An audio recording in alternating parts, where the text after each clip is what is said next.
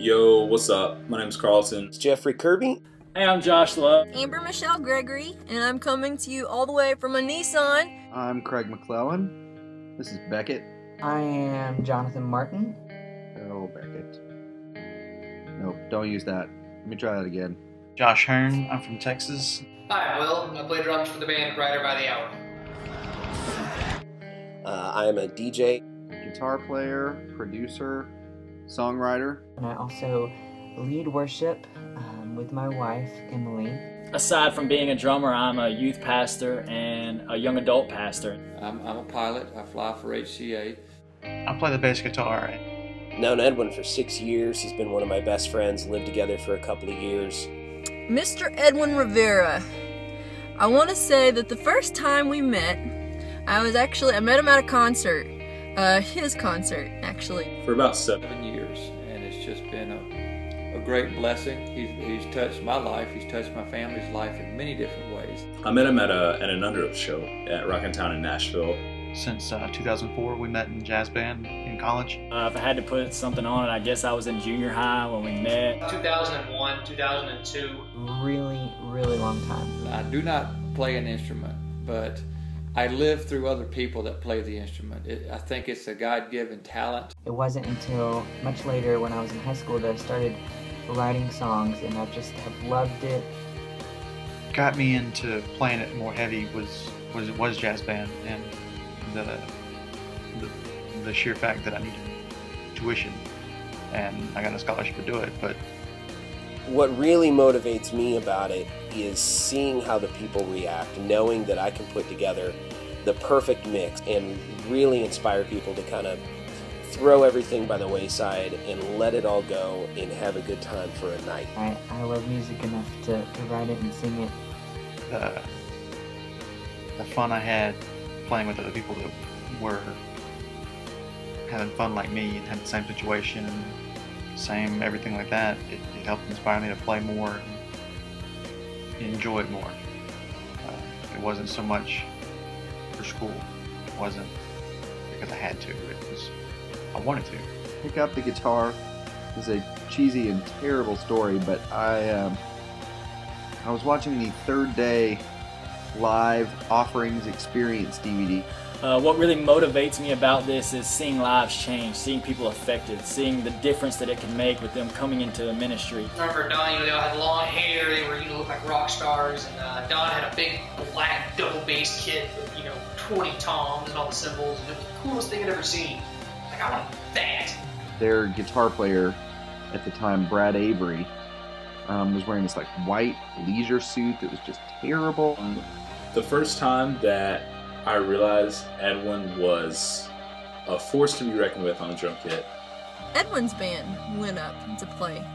Edwin starts playing the drums, and let me tell you, this man is so amazing.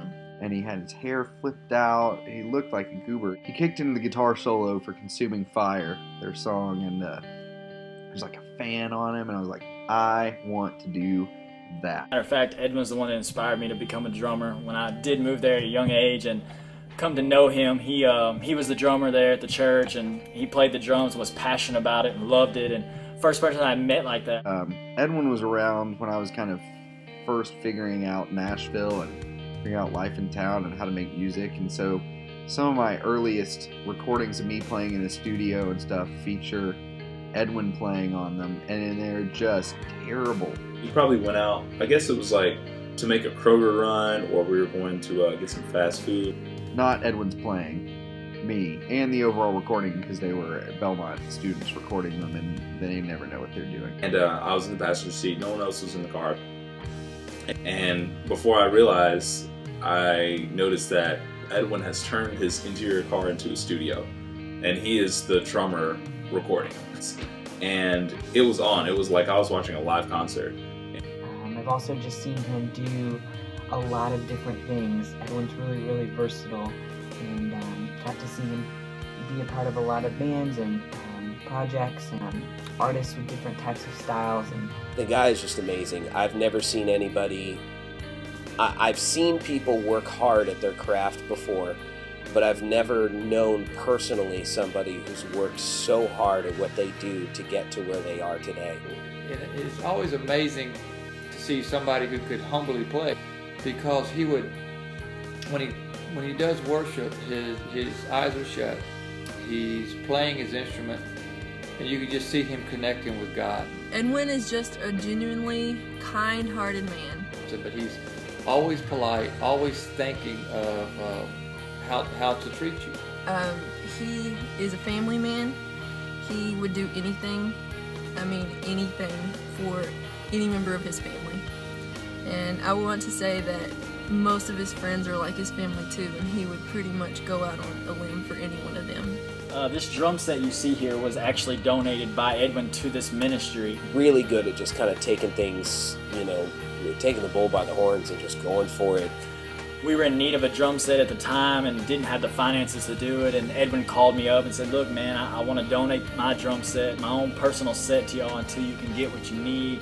And just to say that about someone, really, that really says a lot about his character and who he is. And the last thing I want to tell you is a person that's inspired me a lot. That person being my mom. If it wasn't for my former youth pastor, Mark Danzy, who inspired me. Why do I love it? I don't know, it's just kind of always been something I did. There's a lot of different people who've inspired me.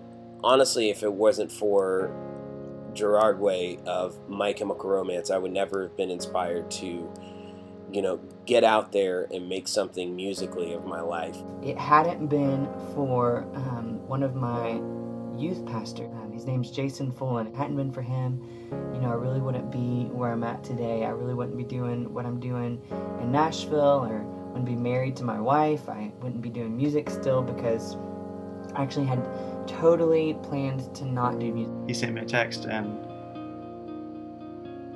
asked if I would be interested in doing a collaboration video. And I was like, yeah, dude. But I didn't have any gear, so I had to pull all of my strings financially and save up money over a month, and then get a new bass and get a new amp and make sure all my stuff worked and make sure I can still play.